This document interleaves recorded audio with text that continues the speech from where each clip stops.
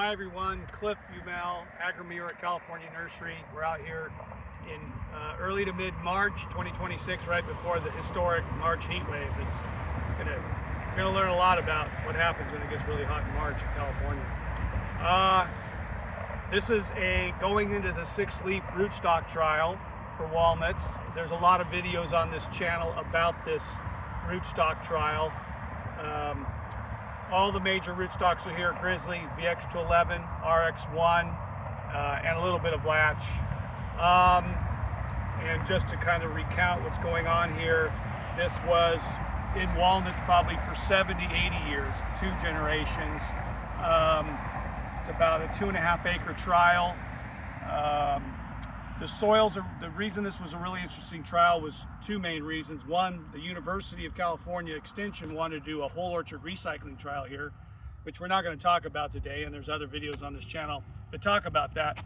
But this wasn't fallowed, it wasn't fumigated, the chips were put back in the soil in some areas, because it's a trial. It's some chips somewhere, chips not in other places, but that's for their trial. We went ahead and put a rootstock trial across that just because we knew this would be a very tough situation. A whole orchard chipped back in, stumps and all put back in, no fumigation, no fallow period.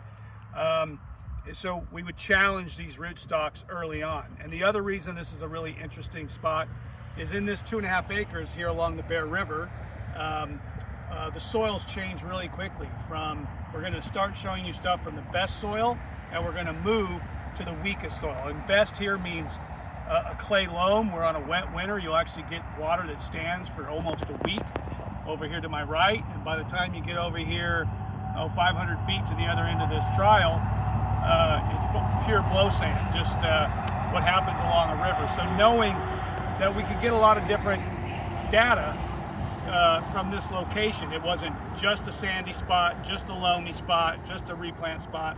It's a lot of everything. But because of that, as we did the treatments of rootstocks across this orchard, things change. And so what we want to show you is the UC is out here, comes out, collects data, collects the yield data themselves. So this is all very legitimate stuff. They're out here. It's their trailer weighing the nuts. And they shared that data with us. So the data you're going to see on these signs, the pounds per acre for each rootstock, we didn't collect that. The University of California collected. We want to show you what happens across the orchard. So it isn't just an average of all the trees on Grizzly got this much and all the trees on VX211 got that, because of course in a trial you have rootstocks in different places. So I think it'll be really interesting for people to see as we walk across this how the trees differ as we go from the good soil to the pretty sandy weak soil, and the difference in tree size, the difference in yields and stuff like that. We'll do the best we can on the video. My videographer here, Charles, our agronomist at the nursery, does a pretty good job at this, better than me. We'll try to show as much as we can. We've had a lot of people out here to actually look at this trial in person, and we're always happy to meet you out here. And the grower is great about letting us visit whenever. So the video doesn't go on forever. We're going to walk over and start on the good dirt and walk east towards the bad dirt, and then just one talk about, or a minute about how this is set up. What it is going north and south. There's 2 rows on each rootstock. What that allows is to blow in to one middle 2 rows of trees, like Chandler on 2 rows of Chandler on Grizzly, and then 2 rows of Chandler on VX211. It gives you more when you've got 15 trees in a row here, and then you got 2 rows. That's 30 trees being all harvested, and that's your yield data. So it's a good chunk of trees. It isn't one section of 5 trees that might, so most growers like to see that, and you'll see that as we walk across. And of course, there's not every treatment is an acre. So they've taken the yield that they got off of this. Well, this would have been about a third. Each treatment would be about a third of an acre, I guess, and multiply it out to make it, what's the yield per acre? Okay, let's go across the orchard here. Sorry, we're going to start by the road, so the noise is going to get less and less. So yeah, and the location of this is, we're in Rio Oso, which is near Wheatland, California, which is about 15 minutes south of Yuba City, about 40 minutes north of Sacramento along the Bear River here. Some of the first walnut ground in the state. This entire, along the river on both sides here has been walnuts since anybody alive can remember. So a lot of second and third generation stuff. The UC's done a lot of great work out here because this is old walnut stuff. So you want to find bugs, you want to find nematodes, you want to find oak root fungus, you want to find seepage, you want to find armillaria, oh, that's oak root fungus, you want to find phytophthora, you got it all here, the kitchen sink. Okay, so let's get going. Okay, this is 2 rows, and this actually says rows 1 to 3 because the first row is also vlatch, but it's a border row, it's not in the data. So here's our vlatch. This is absolutely the best dirt in the block. And in the 5th leaf, we've got the leaf data here, 1,510 pounds of nuts per acre. Okay. We'll try to show you the difference of the trees. Color code. Brown is flash. Yellow is VX211. Orange is Grizzly, and blue is RX1. So, and I won't make you remember. Okay. Now here's 2 rows of VX211. They are the smallest trees in the trial. I want to say by far, but maybe they are the smallest and also the smallest yielding. Remember, this is the best dirt right here as well. Not perfect dirt, but pretty good dirt. Okay, these 2 rows harvested of VX211, 1,130 pounds of nuts per acre. And you can probably see it in the trees. Now we're going to transition and we're going to go to 2 rows of Chandler on Grizzly, and as we get in this middle, we hope the video shows it when you're out here, it's a no doubter. And then we'll also show you the trunk size and all that.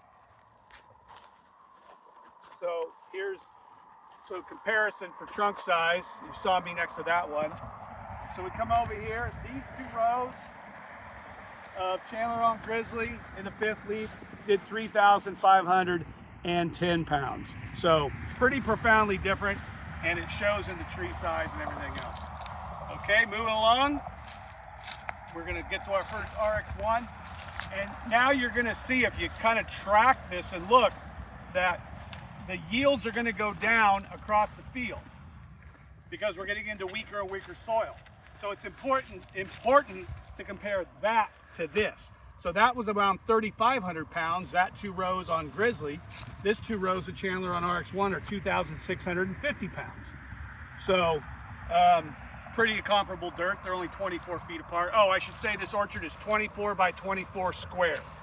24 by 24 square. Okay, so we keep going.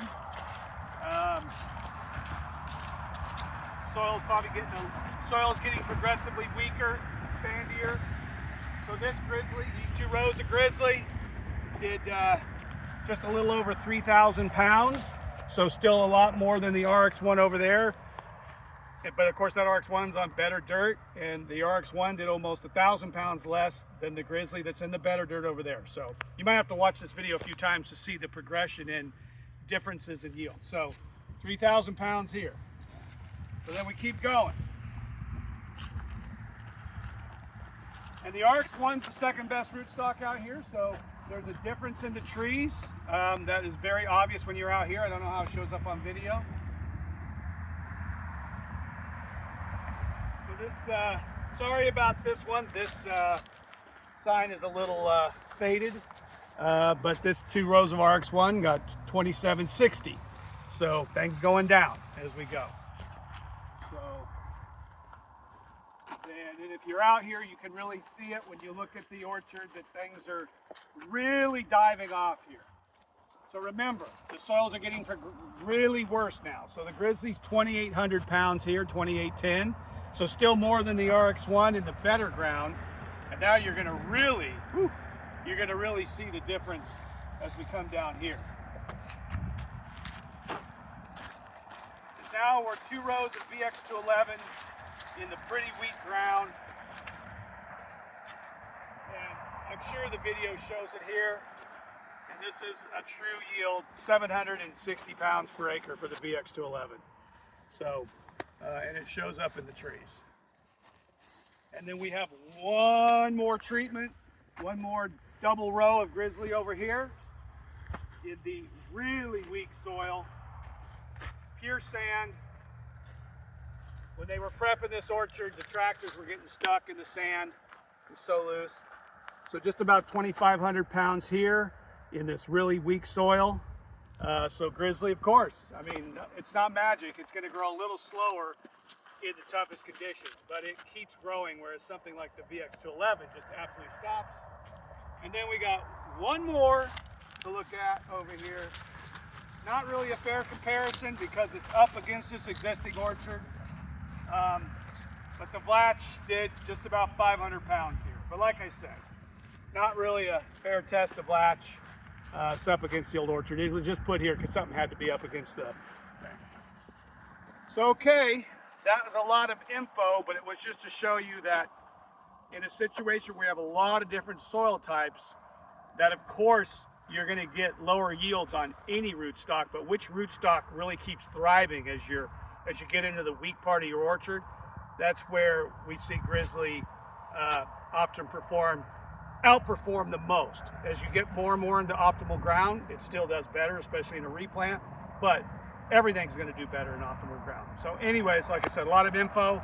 I hope that was informative, and I hope everything showed up on the vid as far as the trees. Okay, thanks for watching, guys.